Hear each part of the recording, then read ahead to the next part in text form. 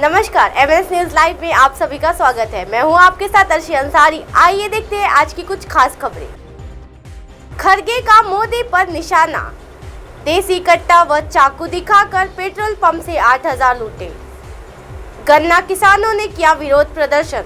आइए देखते हैं खबरें विस्तार से। खड़गे का मोदी पर निशाना, कहा पीएम ने अभी तक नोटबंदी की महा विफलता को स्वीकार नहीं किया। जी हां, कांग्रेस अध्यक्षता मल्लिकार्जुन खड़गे ने सोमवार को प्रधानमंत्री नरेंद्र मोदी पर हमला करते हुए कहा कि पीएम मोदी ने अभी तक अपनी सरकार में 2016 के दौरान उठाए गए नोटबंदी के कदम की महा विफलता को स्वीकार नहीं किया है, जिसके कारण अर्थव्यवस्था का पतन हुआ।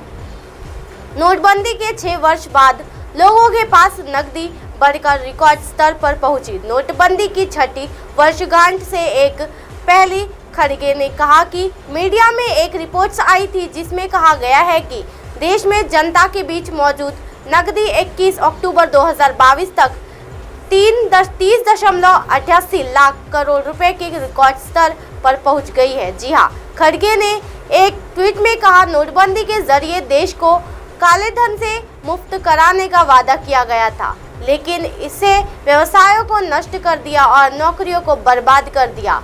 जी हां, मास्टर स्ट्रोक के 6 साल बाद सार्वजनिक रूप में उपलब्ध नकदी 2016 की तुलना में 72% अधिक है। कांग्रेस अध्यक्ष ने कहा कि प्रधानमंत्री ने अभी तक इस महाविफलता को स्वीकार नहीं किया है, जिसके कारण अर्थव्यवस्था का पतन हुआ।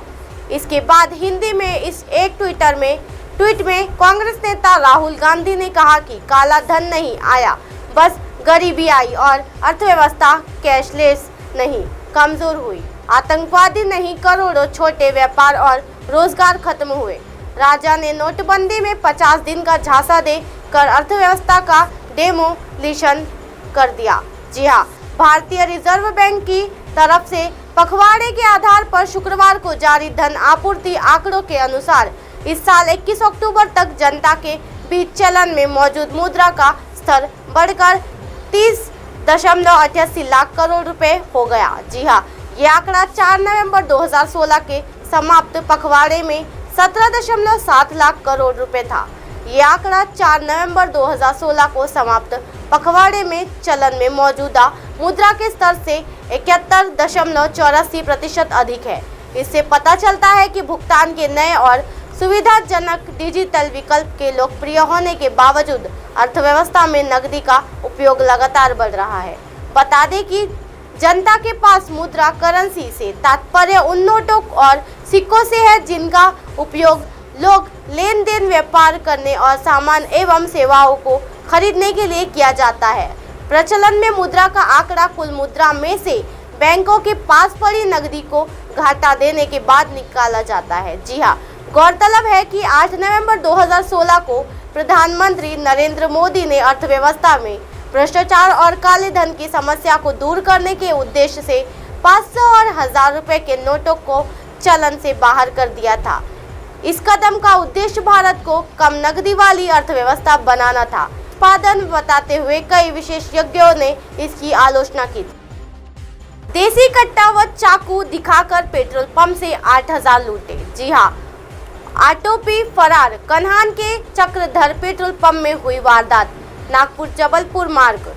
जी हाँ, पर स्थित कन्हान के चक्रधर पेट्रोल पंप पर रविवार 6 नवंबर की रात करीब 6 बजे दोपहिया आरोपी ने लूट की वारदात को अंजाम दिया। आरोपी ने देसी कट्टा व चाकू दिखाकर कर्मचारी से नगद 8,000 लूटने के साथ ही 200 रुपए का पेट्रोल करवाया और घटनास्थल से फरार हो गए।